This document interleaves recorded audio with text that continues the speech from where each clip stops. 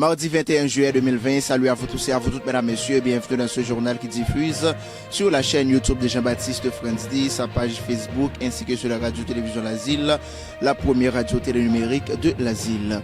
Pour la présentation du journal, Jean-Baptiste Friendly, votre présentateur. Rapidement, les différents titres, mesdames, messieurs, l'Union européenne a fait un don de 70 tonnes de matériel médical et équipements à Haïti pour combattre le coronavirus. L'un des conseillers juridiques du président Jovenel Moïse, Maître Reynald Georges, a démissionné. Petro-Caribé, le ministre des Sports, démissionne après avoir questionné des irrégularités. Les nouvelles commissions municipales nommées par le président Jovenel Moïse commencent à être installées. Pour la reprise des activités scolaires prévues le 10 août, le ministère de l'Éducation nationale et de la formation professionnelle interdit aux écoles d'imposer l'achat de masques spéciaux aux parents. À l'échelle internationale, Today a connu une vague de piratage sur des comptes certifiés, soupçons de complicité interne. La Floride est devenue l'épicentre de la pandémie aux États-Unis qui connaissent une deuxième vague de contamination. Sur le plan culturel, le gouverneur de la Rosée, célèbre roman de Jacques Roumain, est maintenant disponible en japonais. Fantôme annonce qu'il prend ses distances avec Barricade Crew. Sur le plan sportif, le jeune défenseur polyvalent d'origine haïtienne Alex Collin a signé son premier contrat avec Chelsea, club qu'il avait accueilli chez les moins de 14 ans. Le Real Madrid sacré champion pour la 34e fois.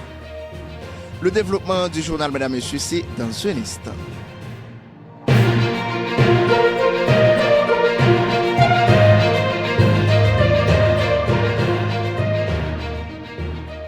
De retour après la pause, mesdames et messieurs, merci pour votre fidélité et votre attention. Maintenant, le développement du journal. L'Union européenne a fait un don de 70 tonnes de matériel à Haïti pour combattre le coronavirus. Pour témoigner sa solidarité avec Haïti, l'Union européenne a envoyé un cargo humanitaire ce vendredi 17 juillet 2020, ayant à son bord plus de 70 tonnes de matériel médical d'urgence et d'équipements de protection individuelle. Il s'agit du deuxième cargo que reçoit Haïti dans le cadre de l'enveloppe d'urgence de l'Union européenne de 15 millions d'euros alloués à Haïti. L'un des conseillers juridiques du président Jovenel Moïse, Maître Reynald Georges, a démissionné. Dans une correspondance adressée au chef de l'État en date du vendredi 17 juillet 2020, Maître Reynald Georges a présenté sa démission tout en évoquant certains désaccords avec le chef de l'État sur la conduite de sa politique. Après avoir questionné certaines irrégularités dans le dossier relatif à la construction du stade financé avec le fonds Petro-Caribé, le ministre des Sports démissionne. Moins de 6 mois après son installation, le gouvernement Jout commence à compter des démissions et révocations.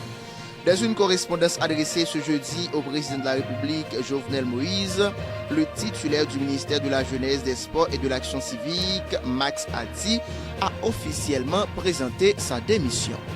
La nouvelle commission municipale nommée par le président Jovenel Moïse commence à être installée. À la diligence des autorités judiciaires, les commissions municipales de la zone métropolitaine et de certaines villes de province nommées la semaine écoulée pour le chef de l'État ont été installées. De Wilson jeudi à Delma, Luxon janvier dans la capitale, Kestin Orville à Pétionville, Gitani Revanche Guerrier à la Carrière. Les présidents des commissions municipales ont pris fonction. Les maires élus transformés en agents exécutifs intérimaires ont promis de continuer le travail déjà entamé. D'autres, les nouveaux comme Gitani Revanche Guerrier, n'ont pas fait de promesses, sinon ils ont pris l'engagement de travailler pour le bien de leurs municipalités respectives. Pour la reprise des activités scolaires prévues le 10 août, le ministère de l'Éducation nationale et de la formation professionnelle interdit aux écoles d'imposer l'achat de masques spéciaux aux parents. Dans un communiqué de presse, le ministère de l'Éducation nationale et de la formation professionnelle, par le biais de la direction départementale d'éducation de l'Ouest, annonce l'interdiction de la vente de masques par les responsables des établissements scolaires. À l'échelle internationale, Today a connu une vague de piratage sur des comptes certifiés, soupçons de complicité interne. De nombreux comptes certifiés ont été visés par une escroquerie à la crypto-monnaie sur le réseau social Twitter.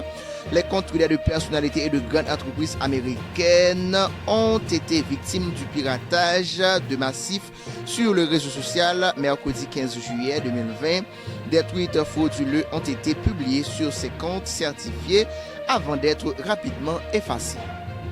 La Floride est devenue l'épicentre de la pandémie aux États-Unis qui connaissent une deuxième vague de contamination. L'état ensoleillé de la Floride, proche des pays de la Caraïbe, est aujourd'hui considéré comme l'épicentre de la pandémie aux États-Unis avec ses nombreux cas de contamination. Cet état vient aussi de connaître sa pire journée de la pandémie du coronavirus avec 156 décès enregistrés en un seul jour. La Floride est aussi l'état américain qui détecte le plus de nouveaux cas chaque jour devant la Californie et le Texas, dont les bilans quotidiens avoisinent les 10 000 cas. Plus de 315 000 habitants de la Floride ont été contaminés à ce jour. Fantôme annonce qu'il prend ses distances avec Barricade Crew.